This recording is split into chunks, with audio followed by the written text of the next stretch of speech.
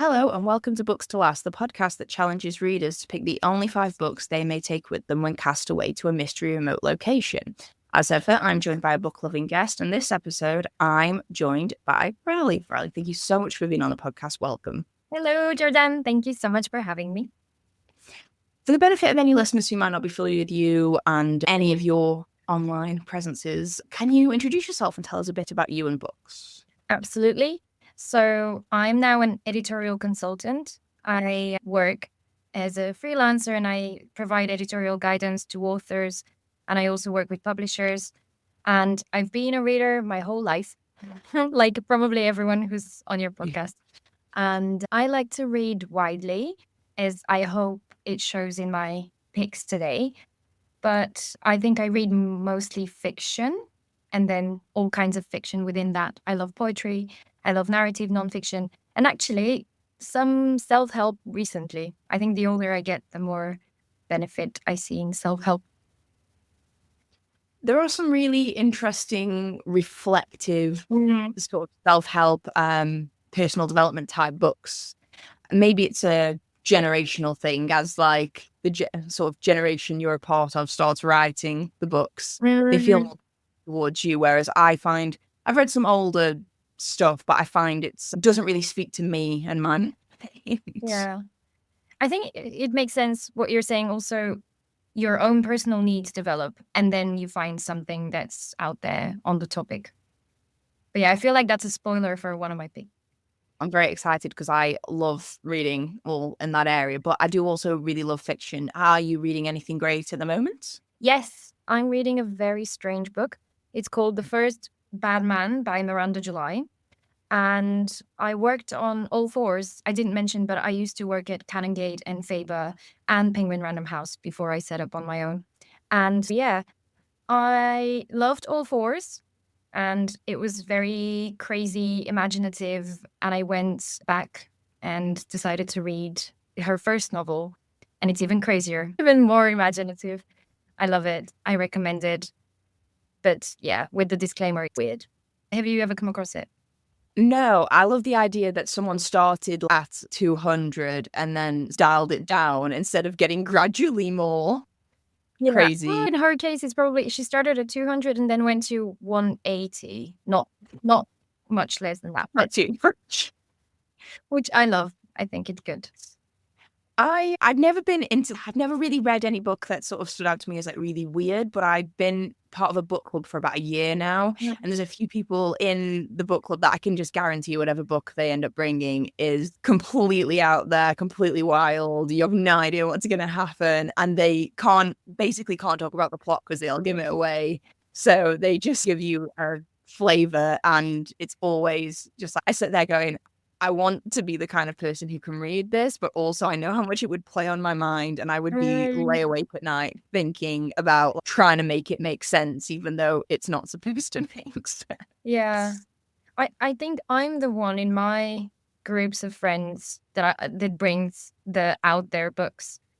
And most of my friends are just forced to listen to me talking about them. For example, Bear. Everyone I knew was shocked that I'm reading a book about a woman having a sexual relationship with a bear, non-consensual, and just very difficult to be. yeah. It seems to be like quite that actually is not as unique as you would probably imagine. Because a few years ago, I read a graphic novel called My Boyfriend is a Bear.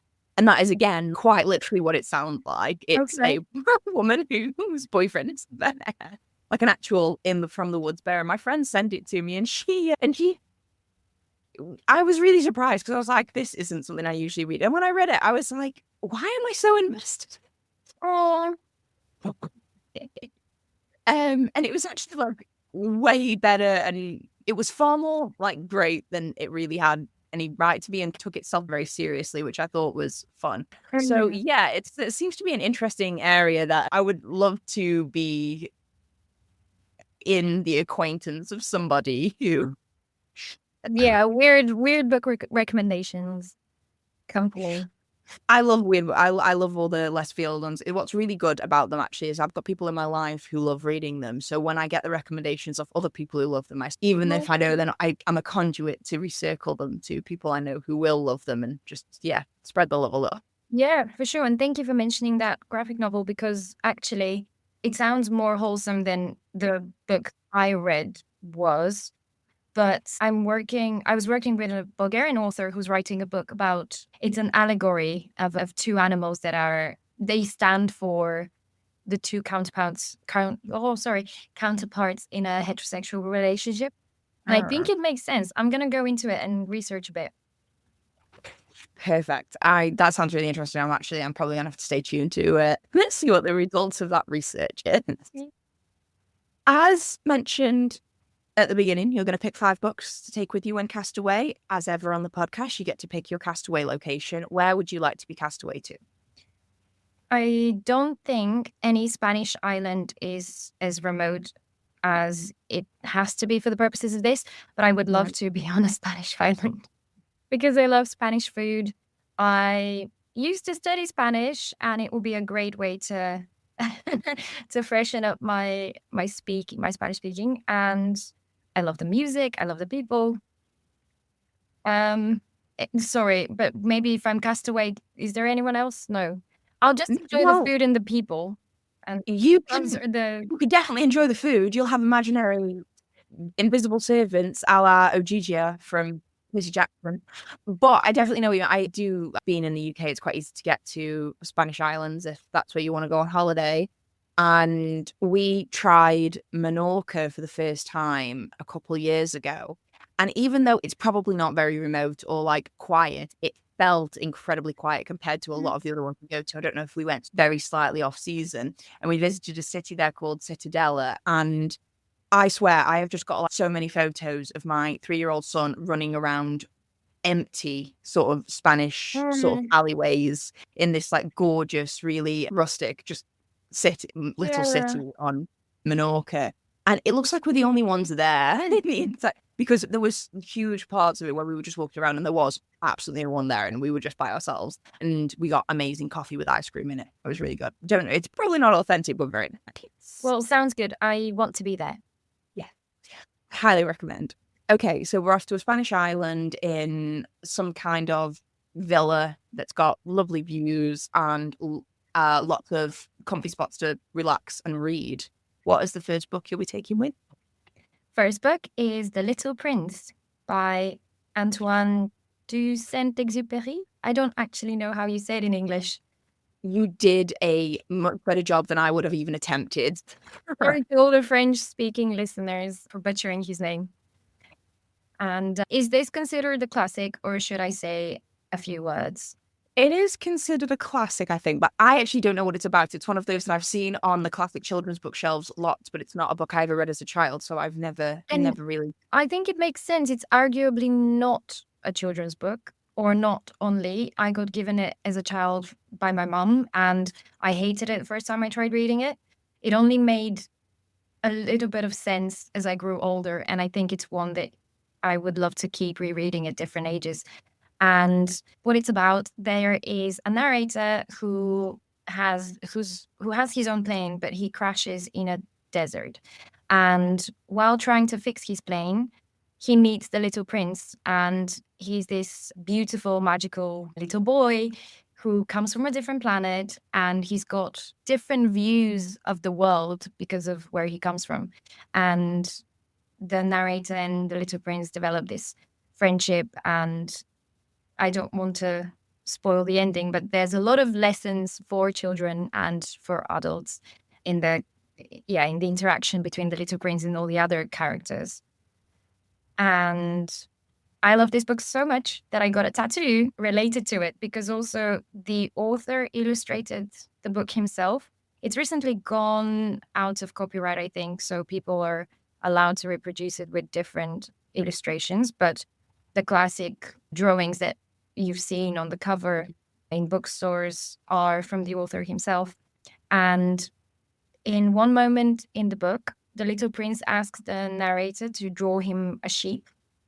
And the narrator draws probably I don't know, 7 or 8 sheep. And every time the little prince says, that's not mine, it doesn't look right. And then the narrator gets fed up and says, you know what? Here's a box with 3 holes for the animal to breathe. And inside, it's the sheep of your dreams. And the little prince says, that's perfect. And it's all he ever wanted. I think he gets a little leash as well to take the sheep outside. But basically, for me, it's a metaphor for imagination. And I think later on in the book, there's a line that says, everyone with imagination has their own sheep or something like that. And I'll show you, but yeah, the tattoo is That's great. a box. And what makes it even more fun for me is that now that I have a visible tattoo of the box, it actually forces people to use their imagination to figure out what it is. Yeah. It's very rarely a box. It's sometimes a brick or, I don't know, a domino, but I love it. Yeah, I really love that's like I love like a really niche, like bookish tattoo that isn't a quote. Don't get me wrong, I really love tattoos. I really love quotes and all that sort of thing. But I've always, in my head, I've got lots of things where I'm like, I really want bookish tattoos, but I want them to be like illustrations and pieces of art in their own right, as opposed to just being reproductions of the quote. Not that there's anything wrong with that if that's your jam, but that's just my personal style as someone who loves illustrations. I used to want to be a children's book illustrator when I was very young.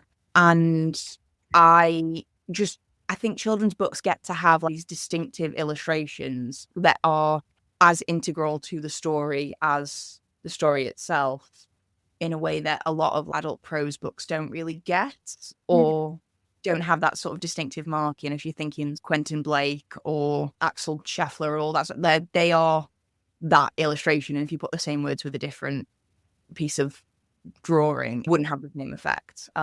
So I really love that. And it makes the front covers of The Little Prince that I've seen make so much more sense, because every time I've seen it, I'm like, why is this just like, why is there a little boy on a moon?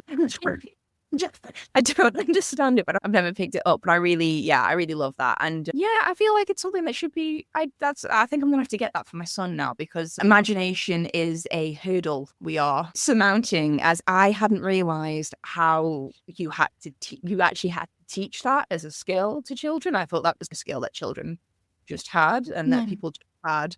And then it's only since I've literally had to teach another human being how to human being in absolutely every way that I'm like, oh no, you actually really do have to teach people everything.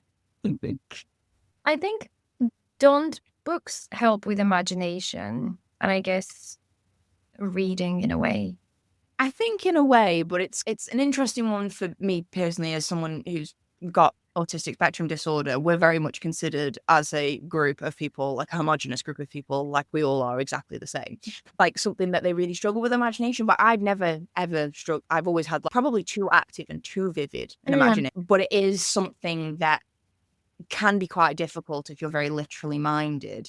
If it's not a tool that you're almost taught to use when you're quite young. I don't know what it's like for holistic, non-neurodivergent people, neurotypical people, but it's, I don't know, yeah, an interesting concept. And I find it's sometimes just giving permission a little bit, because my son, not to go on about him too much, he is great though, when I try and tell him he's trying to play something and he's trying to do it very literally and he needs that exact thing, when I'm trying to show him, oh no, we can just say that it's this or think that it's this, and he's like, I hadn't even considered that. And it's like it opens a new door for him, and it's just like, and now he's gone the complete opposite way, where everything is not what it is and it's something else, and absolutely everybody he sees on the street is not who they say they are. It's the character he is assigned to them in his head. But it's like a permission thing almost, because otherwise, I don't know, I feel like when you're in the sort of day-to-day of, we just need to get things done, you can get trapped in it. Things are what they are and they can't be other things. Right? But I think stories and books, they definitely help, because they take you into those other worlds and give you those ideas, and you don't know what you don't know. You can't imagine what you've never experienced, or at least got some kind of touchstone to start with. So I don't know, I think maybe yes, but I had no idea, and now I really want to read The Little Prince myself, but also probably get a copy to share with my children, because that would be... Let me know how it goes. I use this podcast almost exclusively as like a recommendation machine for myself. It's not really Right. great. Okay, so a beloved childhood classic to start off with. So I really love when I love when the lists feel like they're starting in like a chronological order almost. So that's always fun. But what is the second book you'll be taking with you? The second book is not to say a polar opposite because other planets are involved, but it's Under the Skin by Michelle Faber. And it is published by Canongate, but I got a copy of it way before I worked there. I was interviewing Jamie Bing for my master's at the time, and he gave me a big bag of books, and it was in there, and I fell in love with the book. It starts off with a woman who's very physically uncomfortable and in pain, and she's driving down the Scottish motorway, and she's looking for hitchhikers. And there's something sinister about the reasons why she's picking them up, and you don't know if she's a nymphomaniac or a serial killer or something else entirely. And I think this is where I'm going to stop with the description. Have you ever read it? I have not, but I know that those same people I was talking about at the beginning of the podcast in my book club, a lot of them do listen to this podcast, and I can already hear them buying this. Oh my God. I should get commission. It's a mind, for me, it was a mind-blowingly constructed book as well. It's got one of my favorite scenes that deals with empathy, and it is sci-fi, and I love sci-fi because I think it does so well to highlight what's wrong in our societies without being too on the nose and pointing fingers. And it's applicable so widely, the messages that it sends. The book also has a film. The film is its own thing, but I also recommend the film because Scarlett Johansson stars in it. I love it's got Johansson in then. I love her. But it's really interesting because, as I said in the beginning, the character picks up hitchhikers. In the film, it was an indie film, and actually all the men who play the hitchhikers are real people. They're not actors. And she had a challenge of having to talk to them and get them to get into her car. And only after they were told, this is a production, this is a movie production. If you want to be in it, would you be okay to be on camera, etc. So yeah. Wow, that's an interesting way of approaching it. I don't know what it says about me that if Scarlett Johansson pulled up at the side of the road, I would jump into a car. I've probably got a trust. I should probably develop more trust problem. We're both in trouble. Yeah, no, it would probably be far too easy to be kidnapped by Scarlett Johansson, but I don't kind of mind. It sounds almost like thriller-esque and sort of. So I'm intrigued to know that it's a sci-fi genre because the setup doesn't sound super sci-fi, so I want to know where the sci-fi comes in. But I love sci-fi for all the reasons you say. Ditto to all of it, because it's a very wide-ranging genre, and it does actually, for people who think that they don't like sci-fi because they don't like Star Wars or Star Trek or any of that sort of thing, they see sci-fi through a very specific lens. I think it's really interesting to find a sci-fi book that really clicks with someone who isn't a science fiction reader. I think this one is brilliant. I have other favorite sci-fi books, but yeah, I think this one just has all the elements. There's a surprise, there's danger, there's weirdness. And you could probably get a lot out of rereads as well. Exactly.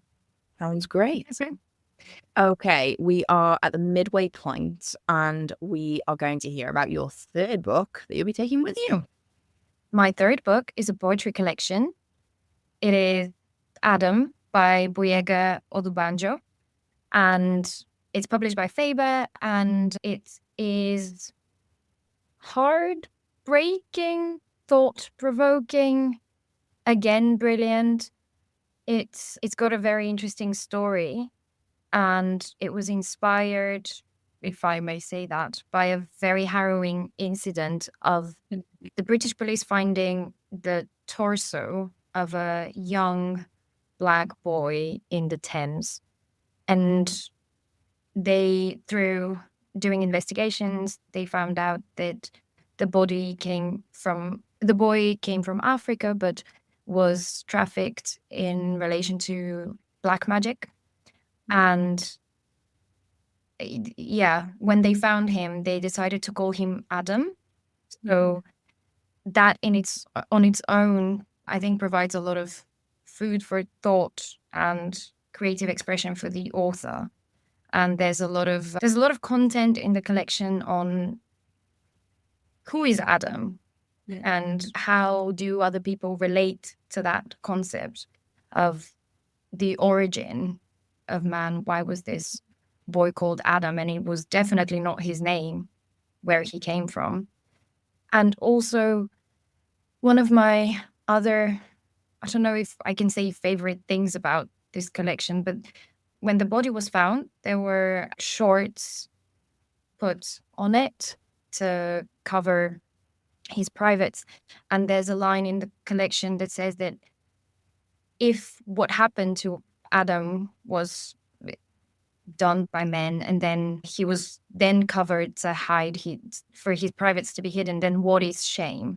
And to me, that's really touching, because is it shameful the way we are, or is it shameful what violence and pain someone can inflict against another human being? I'm sorry, this really took a turn, but poetry also is great for rereading, because you can find new meanings every time you read the same poem. Yeah, I have heard about this poetry collection. I'm not a big fan of poetry myself, but I know a friend of mine has read this and found it really powerful for a lot of the same reasons that you shared. Because I remember hearing about this news story. I don't think it's not a recent one. Not very recent. No, but it's one of those. It's one of the examples that comes up whenever there is violence, or I think it's a news story that's stuck with the public consciousness. It's something that even people who weren't around when it happened know about, in the same way that other really despicable and shocking crimes do. It's one of those, it made a mark on the public consciousness in a way that not all harrowing events do. And that's very sad, obviously, because there's so much heartbreak and horrendous things in the world. But it says a lot about, I suppose, the state of humanity as it is, that it takes something as harrowing to actually make the same kind of long-lasting sort of memory and impact. But I really love the idea of it being, I don't know, a poet and creative people just being able to discuss and give it more thought, because it would have been very easy for it to be something that was forgotten about or not addressed very sufficiently, especially because they never actually learned the real name and identity of the boy. And it's upsetting how much importance is attached to actually knowing the identity of the fact that it was a child and that there was no reason for him to be in the country isn't enough for people to assign the importance of humanity to him as an individual. It's interesting. But I know what you mean. It's difficult when you're dealing with like difficult subject matter. It's I don't want to, this isn't something that I can't assign a star rating to this on Goodreads. I can't say I love it or I really enjoyed it, because that would be the complete wrong use of the terms. But it made an impact. So yeah, thank you for sharing that on the podcast, because it's an anthology that I would probably recommend to people who are interested and had connection with things like with creative writing, especially things like poetry. Yeah, and maybe there's an uplifting element to it in the way that the poet imagines a life for that person, for that child. And I think for me, reading often is about developing empathy. And I guess that collection speaks to me because it really forces you to consider things you hopefully don't have to consider often in your life. Absolutely. And yeah, that's why reading is so important. It really is. Like, it's one of the main ways of developing empathy, I would probably think. But yes, very Yeah, lots of range, but lots of really thoughtful reads. I am interested to see how this list develops. What is the penultimate fourth book you will be taking with you? Fourth book, going back to the beginning of our recording, it is my choice of nonfiction, and it is Relationships by the School of Life. It's a very short book that I think changed my life and the way that I see relationships and love. And it's a topic that I'm really interested in it, human connection and relationships, romantic relationships. But I think a lot of it can be also about family and friendship. But in this book, The School of Life gives a short chronology of the concept of romantic love and how we live in a time when some of the ideals we have about finding a partner are not relevant to our reality, but they were created by artists in the romantic era. And so we're stuck with them. We think we need to find someone absolutely perfect. And I think stuck with me from that book was that we've forgotten the skill to love. So it's an active thing. It's a choice. That book really made me think about that. And it made me much more conscious in my acts of loving other people around me. That sounds really. I'm gonna have to read. I am not one I've ever heard of, but I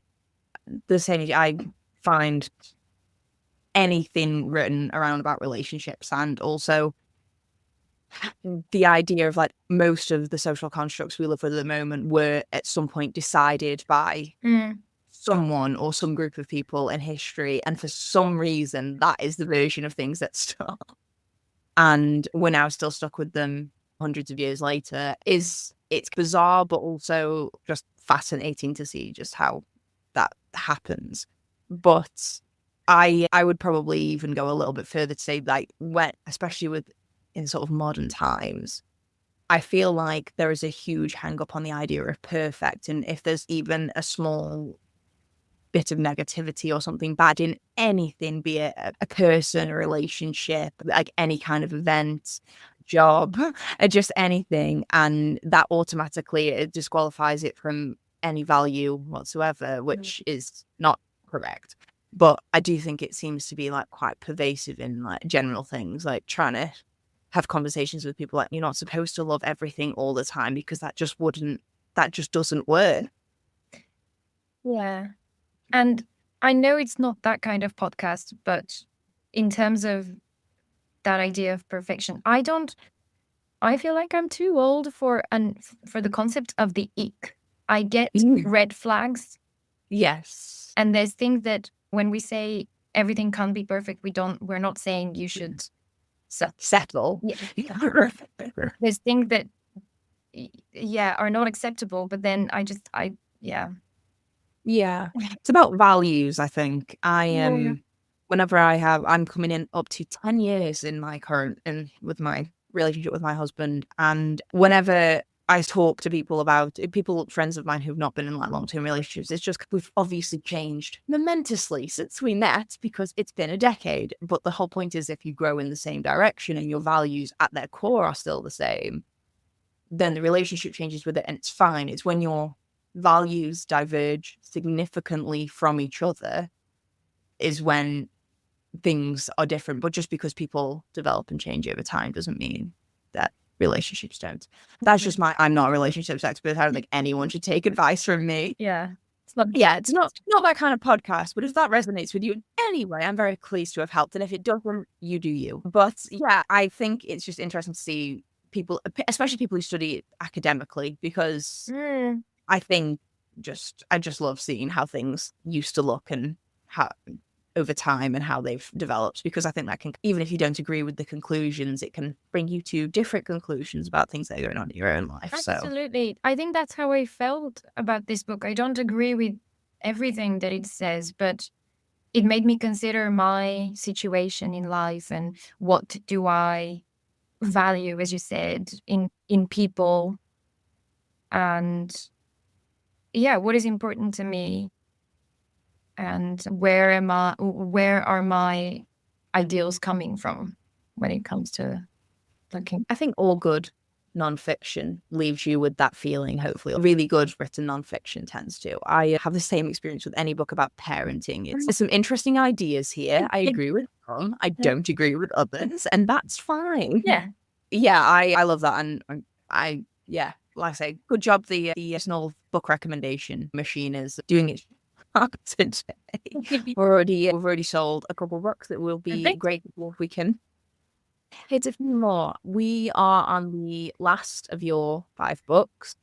What is the book you're going to round off your list with? So I thought, I'm castaway, I need to have some fun. And I chose a romance novel for my last book. It is You Deserve Each Other by Sarah Hoggle.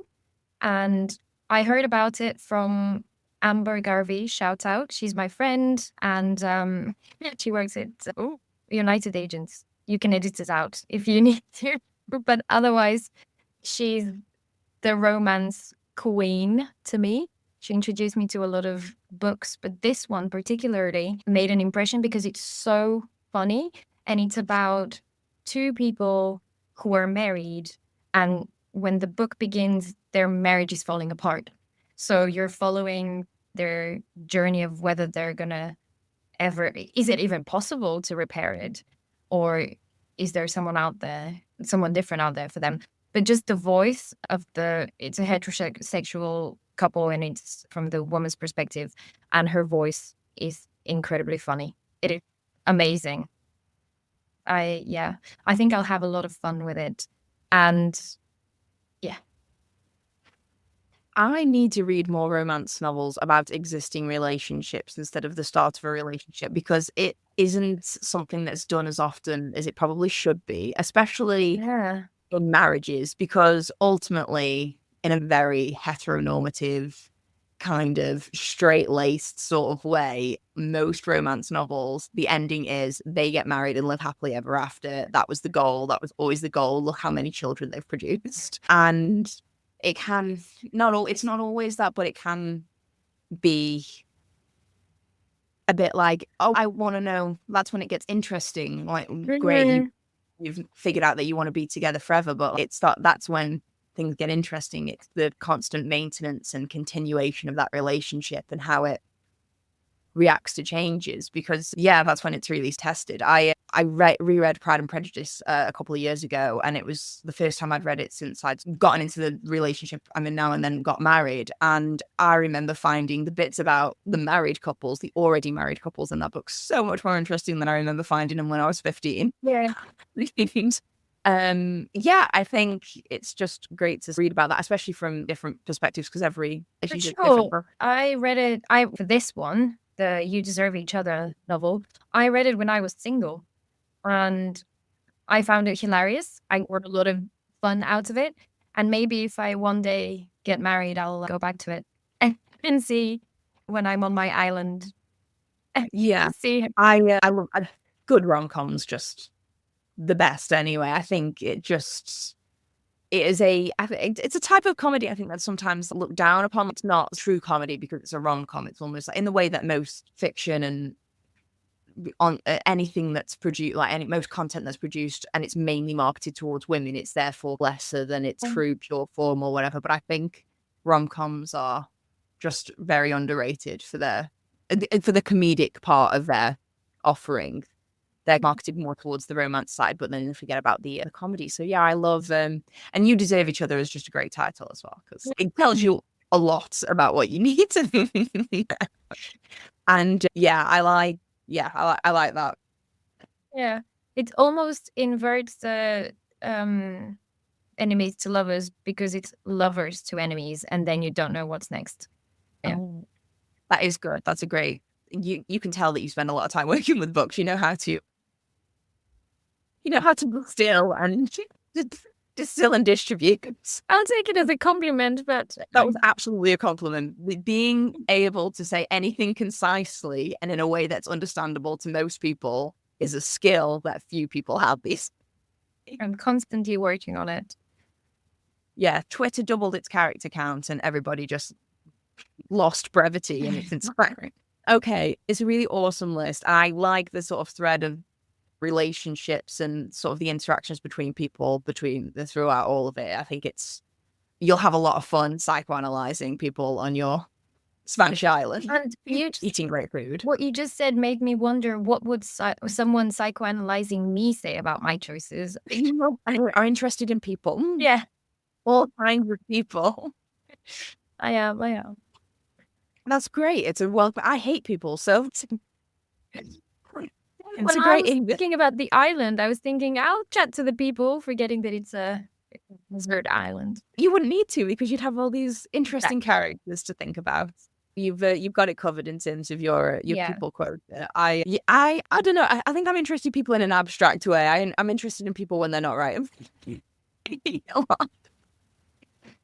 That's probably not true. I talk to everyone. I'm literally never stop talking to people when given the opportunity. So maybe I'm just kidding myself.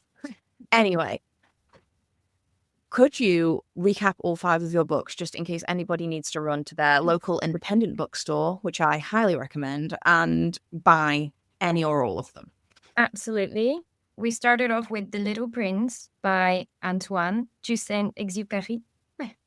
Then we've got Under the Skin by Michel Faber and Adam by Boyega Odubanjo, Relationships by The School of Life, and You Deserve Each Other by Sarah Hoggle. Fabulous. And was it a difficult list for you to make? I think at least 2 of those were very easy to pick, but I think the thought of being castaway made me think about the potential of my other picks for rereading and getting something out of them the more times I read them. So yeah, it was moderately difficult, I would say. Not too difficult, but not super easy either. Were there any strong contenders that nearly made the list but didn't quite make it? We've got at least 3, and by all means, we've had as many as 13 before on the podcast. Really? You're keeping it short. All right. Oh, good. I'll say them in chronological order of when I read them. But first additional title is The Sirens of Titan by Kurt Vonnegut. And Kurt Vonnegut, I don't think he's known for his sci-fi. Speculative, yes, but not strictly sci-fi. And this is a sci-fi novel by Kurt Vonnegut. And it's about humanity trying to communicate with aliens and failing so miserably.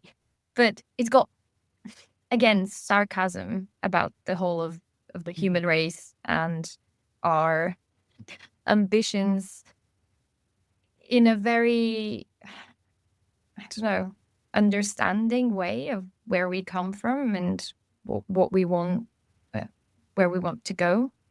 Sounds very vague. I just don't want to give too much away, but it sounds very Douglas Adams to me from what you're describing. It sounds the general sarcasm about humanity, but also endearing. It's the kind of loving sarcasm and criticism that you get from like a family member, like a grandparent. Yeah. I think that's how, it's been years since I've read it, so I was hoping I will have time on my castaway island to reread. But I think it's an overlooked novel by Kurt Vonnegut that deserves a bit of spotlight. Excellent.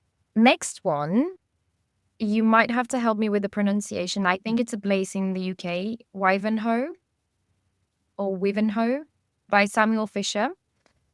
I will go with your second one, but I'm going to be honest, I'm quite bad at pronouncing places in the UK. I constantly get made fun for it. I'm really sorry, Sam. I should know this. I think Sam Fisher is a brilliant author. He's also a bookseller and a publisher. And this is his second novel. It's very short and very strong. It takes place in an apocalyptic, everlasting winter in the UK, and there's a very small what we're living in. Yeah, pretty much. Yeah, actually. But it's the novel focuses on a small group of people, and it opens up with a murder, and everyone knows who committed the murder. But what do they do? Because they're stranded. And it's also a climate conscious novel. But for me, it was so powerful in investigating the psychology of people in that kind of situation. And yeah, his sensitivity to the characters and their world, what's going on, is incredible. I definitely recommend it. I like that as a converse on the crime thriller, crime mystery sort of type novel, because obviously usually the point is to find the murderer, but already knowing and then how you deal with that. And like, that's my favorite kind of crime mystery, because I like a bit of Poirot, which is all about the psychology of the individual, and when it's about how the person thinks, less to do with the actual gory details and that sort of thing, because I'm a bit of a baby when it comes to that kind of thing. But yeah, I love that. And also any kind of, oh, we've been cut off from the rest of the world because of the snow. I don't know why, but that's just like a whole vibe. I like, yeah, another great one. Honestly, even the honorable mentions are list worthy. And you said there was a third one? Yes. Final one, very recent one. I read Orbital by Samantha Harvey. I heard many great things. Yes. I was, who am I to say this? But I was, again, so impressed by the structure of the novella. It's very short. You might have noticed. Very love, slim. yeah, I love books, but the way that the stakes stack up in this book, in Orbital, for me was very effective, because there's things that the novel mentions, and then it opens up a world in your head of what can actually happen to the characters, but also to the unmentioned characters on Earth, the people. And I guess maybe it's not a sci-fi novel, but maybe there's, again, that nod to being our planet from that perspective that really speaks to me. Lots about human reactions and conditions, but in sort of space adjacent setting. Yes, it's such. I love any book that is like it's a masterclass in conservative use of language and words. I think books that say a lot with very sort of concise and short amounts of word, I think, is it's a craft. It's when people refer to writing as a craft, that's one of the things that they're talking about, world building and that sort of thing. I think long books are great too. I think books that are really long and also use great use of language is great. But there's been a lot of awards given to books like Orbital, because I think it won the Booker Prize, didn't it? And there's been a lot of awards to books like it, I think, because there seems to be a new appreciation of like a slim literary fiction, opposed to, I think there was some quite beefy literary fiction knocking about in the awards before this. So yeah, it seems to be the trend at the moment. But that is such an interesting list. There's so many great recommendations. I already know that I'm gonna hear from lots of people saying that they are buying or have read these based on the recommendations. So thank you so much. Thank you for saying that. I absolutely mean it. I honestly, I feel like I say it every single podcast, but I've not had like a really, there's not been a single guest who's come on and gone, oh God, all this book sounded wrong. Great choice of guests, if I may say. Yes, no, fabulous. Maybe I'm just excellent at picking the people who come on, but I genuinely do think that anyone could sell basically any book to me, because if they love it, they can make an impassioned case. But if any listeners wanted to come and find out more recommendations and more books that you like or read in the future, where could they find you? Oh, of course. I am on Instagram at Reading Rali for my book recommendations and any fun things related to books. But I also have a website for my professional endeavors, and it is ralieditorial.com.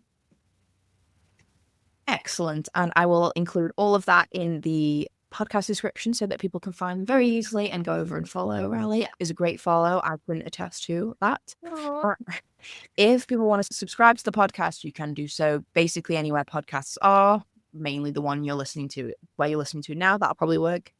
And if you want to follow us on social media, I have us on Instagram at Books to Last Pod, and I post on there sometime. But mostly it's news about the podcast, and I do occasionally do bookish updates and stories and things. I do need to get, I keep saying I need to get better at it, but in truth, I probably just don't want. It can be overwhelming. You're doing great. Yeah. It's just, I mainly go on there to interact with other people. I like to follow other people's accounts on there. That is the main reason I have the social media. So come and say hi, and I will probably follow you. Thank you for listening, folks. Rali, thank you so much for coming on. It's been a pleasure. And I can't wait to go and break my book buying ban in the very distant, very short future. So yes, folks, thank you so much for listening. And until next time, bye for now.